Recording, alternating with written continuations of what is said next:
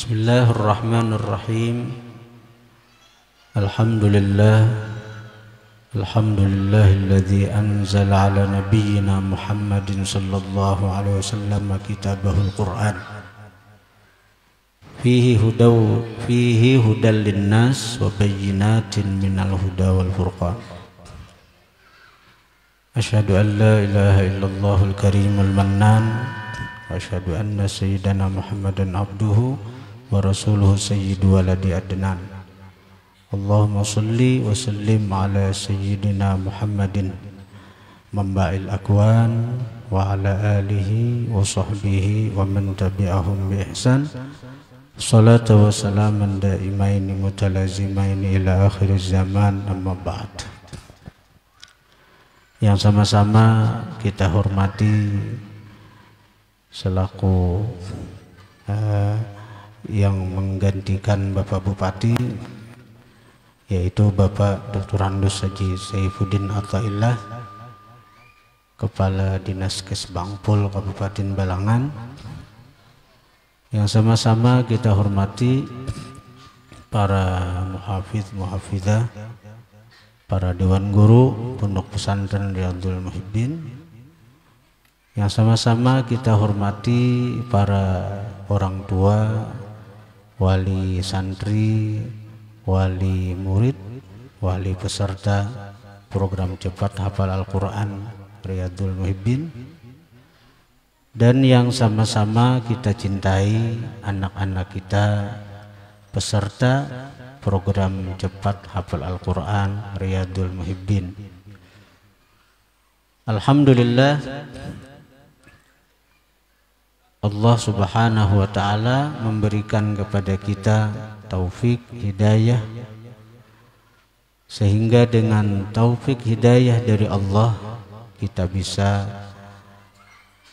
melakukan ibadah, melakukan kebaikan-kebaikan, wabil khusus selama bulan Ramadan.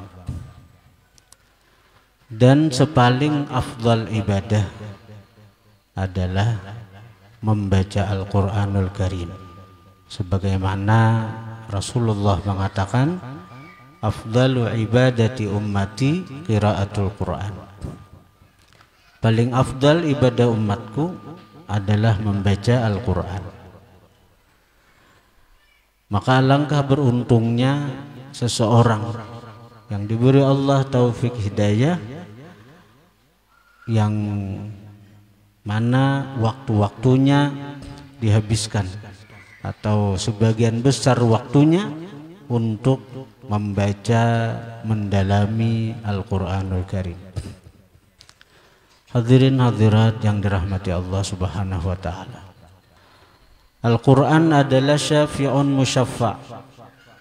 Quran adalah syafi' yang memberi syafaat, musyaffa' yang pasti diterima syafaatnya. Maka orang-orang yang bisa Al-Quran, bisa membaca Al-Quran, itu akan ditolong oleh Al-Quran. Dan pertolongan Al-Quran itu pasti diterima Allah. Bahkan orang-orang yang disebut ahli Quran adalah ahlullah wa khassatuh. Ahli Quran itu adalah orang yang disebut ahlullah, keluarga Allah, wa khassatuh, dan orang yang diistimewakan oleh Allah. Bahkan dikatakan yuqalu li sahibil Quran, dikatakan bagi orang yang hafal Quran, iqra warqa, baca hafalanmu, warqa, dan naik derajatmu di dalam surga. Semakin banyak hafalan Al-Qurannya, semakin tinggi derajatnya dalam surganya Allah subhanahu wa ta'ala. Bahkan mereka yang hafal Quran itu bisa memberikan syafaat kepada keluarganya. Ada yang mengatakan orang yang hafal Quran itu bisa membawa 70 keluarganya yang ahli neraka untuk dia masukkan ke dalam surganya Allah subhanahu wa ta'ala.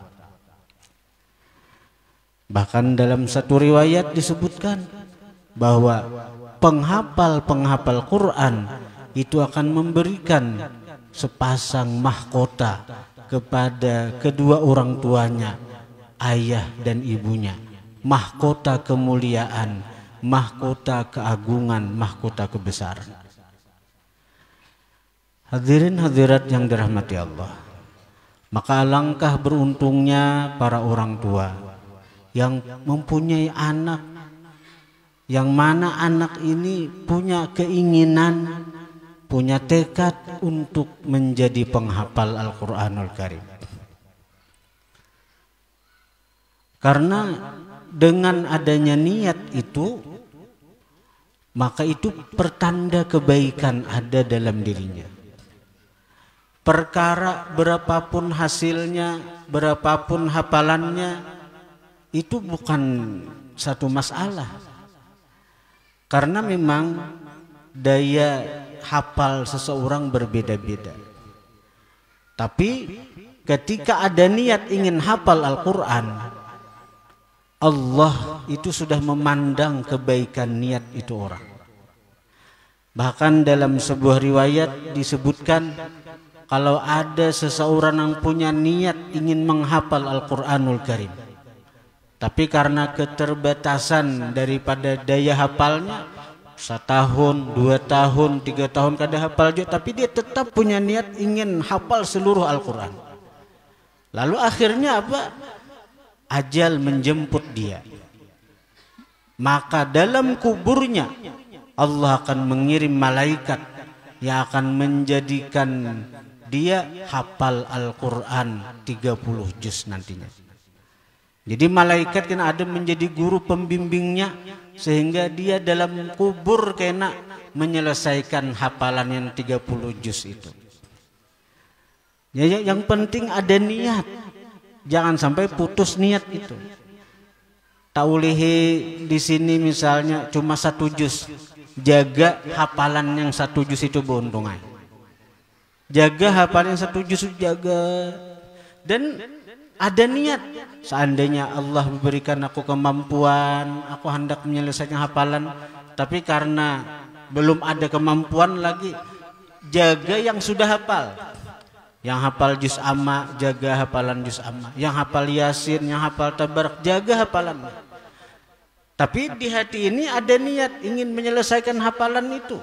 Seandainya 10 tahun, 20 tahun, 30 tahun tetap kada hafal juga karena kada ada kesempatan. Tapi dengan adanya niat itu tadi kena habis umur misalnya beuntungan. Di dalam kubur kena di alam barzakh ada guru yang secara khusus membimbing si penghafal Quran itu untuk menyelesaikan hafalan sampai 30 juz. Maka ketika hari kiamat, orang ini akan dikumpulkan beserta penghafal Quran yang 30 juz itu. Maka nanti dikatakan ketika dia dalam surga, Iqra warqa, baca hafalanmu, warqa, dan naik derajatmu. Dan bukan hanya dia yang dinaikkan Allah derajatnya, tapi juga orang tuanya. Karena berkat mereka lah kita bisa menghafal Al-Quranul Karim. Jadi keuntungan orang tua nang hafal Quran nih. Setiap kali anak itu membaca Al-Quran, setiap kali anak itu murajaah Al-Quran, setiap kali anak itu setur Al-Quran, maka pahala didapat oleh si anak itu juga didapat oleh orang tuanya. Walaupun si anak ini kadang membaca 2 haul 2 arwah, karena disebutkan kuitan itu adalah sebab adanya anak. Nah, sebagaimana pondok ini dulunya adalah hutan belantara. Dulunya Bungin ini hutan belantara. Awal kita ke sini banyak memadahi ini takuni Bapak Saifuddin, ini kayak apa Bungin ini bahari. Nah, jadi sampai orang gair masuk ke Bungin ini, jangankan malam hari, bila sore aja kan takutan sudah sunyi. Apalagi hutan kiri kanan mempadahi orang macam-macam. Nah, kemudian ada sebagian donatur yang mempercayakan kepada kami untuk bisa membangun pondok ini. Alhamdulillah terbangunlah pertama bangunan masjid. Maka setiap kali ada dilaksanakan kegiatan ibadah di masjid ini, misalnya sembahyang 5 waktu atau pengajian atau macam-macam, maka orang itu akan terus dapat pahala, dialirkan Allah, diberikan Allah kepada orang-orang tersebut. Karena apa? Karena sebab mereka berkorban harta ada lalu masjid ini. Nah, sekarang para anak-anak kita dididik untuk menghafal Al-Quran. Nah, sebabnya siapa? Sebab adanya anak siapa dahulu? Kita, para orang tua. Kemudian dengan berkat pengorbanan para orang tua yang mau mencari duit siang malam untuk membiayai sekolah anak, sehingga anak ini bisa hafal Al-Quran, bisa menjadi penghafal Al-Quran. Nah, itu siapa? Orang tua. Maka yakinilah setiap kali anak yang kita didik sehingga dia menjadi anak yang saleh, salehah, hafal Al-Quran misalnya, walaupun gak ada 30 juz, satu huruf yang dia baca daripada Al-Quranul Karim, pahalanya itu bukan hanya didapat oleh si anak, tapi juga didapat oleh para orang tua. Kada beda, sama.